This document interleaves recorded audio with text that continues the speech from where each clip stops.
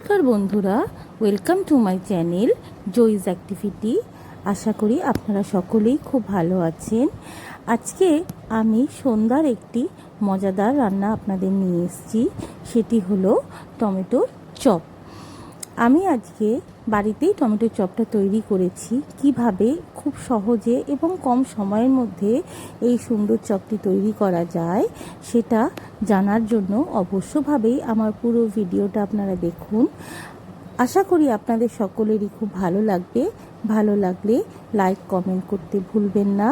আর যারা আমার চ্যানেলটি এখনও সাবস্ক্রাইব করেননি তাদেরকে অনুরোধ করব আমার চ্যানেলটি সাবস্ক্রাইব করে দিতে। টমেটোর চপ তৈরি করার জন্য আমি এখানে 3টে মাঝারি সাইজের টমেটো নিয়ে নিয়েছি আর 2টো মাঝারি সাইজের আলু নিয়ে নিয়েছি।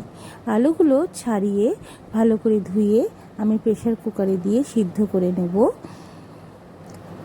আলুগুলো সেদ্ধ হওয়ার অবধি আমি অপেক্ষা করব। দম নেমে যাওয়ার পর আলুগুলোকে আমি মাখবো। আলু সিদ্ধ হওয়া এবং দম নামার মাঝখানে গ্যাসের ওভেনে আমি একটি কড়াই বসিয়ে নিয়েছি। কড়াইতে আমি তেল দিয়ে নিই। আমি এখানে কয়েকটি গোটা মশলা ভেজে নেব, যেমন গোটা ধনে প্রায় 1.5 টেবিল চামচ, 1 টেবিল চামচ জিরে, 1 টেবিল চামচের কম মৌরি, 2টো শুকনো লঙ্কা আর একটি তেজপাতা। এগুলো আমি শুকনো কড়াইতে হালকা দমে ভেজে নেব। এখানে কিন্তু খেয়াল রাখতে হবে মশলাটা যেন পুড়ে না যায়। পুড়ে গেলে কিন্তু টেস্টটা নষ্ট হয়ে যাবে। সুন্দর যে চপের টেস্টটা, মশলার টেস্ট হয়, গন্ধ হয়। মশলাটা কড়াই থেকে নামিয়ে একটু ঠান্ডা হওয়ার পর আমি শিলনোড়াতেই গুঁড়িয়ে নিচ্ছি।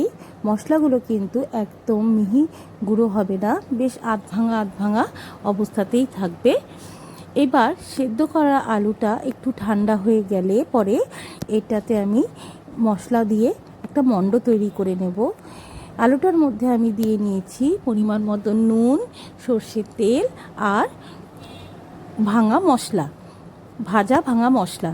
এইগুলো দিয়ে আমি আলুর একটা সুন্দর টেস্টি মণ্ড তৈরি করে নেব। মণ্ডটা তৈরি হয়ে গিয়েছে। আমি ওই যে টমেটোগুলো নিয়েছিলাম সেগুলোকে আমি স্লাইস করে একটু মোটা মোটা করে কেটে নিলাম। তারপর টমেটোর 2 পিঠে এইভাবে আলুর মণ্ডটাকে আমি ভালো করে লাগিয়ে দিচ্ছি। 2 দিকে আমি সুন্দর করে লাগিয়ে টমেটোর চপগুলোকে আমি গড়ে নেব।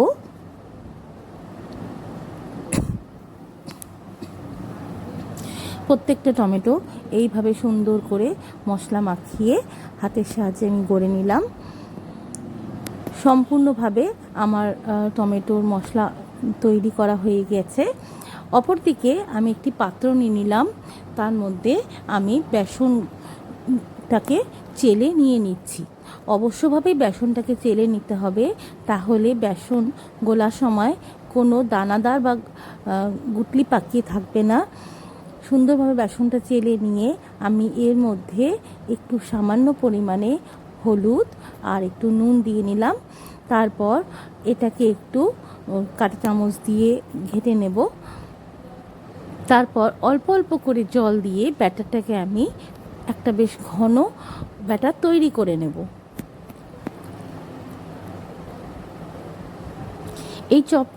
এই চপটা বানাতে আমার খুব বেশি সময় লাগেনি।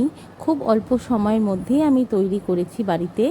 আপনারাও করে দেখুন, আশা করি খুব ভালো লাগবে। বাইরের চপ তো হামেশাই খাওয়া হয়, কিন্তু বাড়িতে এই ধরনের চপ বানিয়ে খেলে কিন্তু মন্দ হয় না। বাড়ির সকলেও খুব খুশি হবে এবং আপনি বানিয়ে খাইয়েও খুব খুশি হবেন নিজেও। অপরদিকে আমি গ্যাসের ওভেনে একটা কড়াই বসিয়ে নিয়েছি। তাতে বেশ খানিকটা তেল দিয়ে নিয়েছি, যাতে চপগুলো ডুবন্তভাবে ভাজা যায়। একটু ডুবো তেলেই ভাজতে হবে।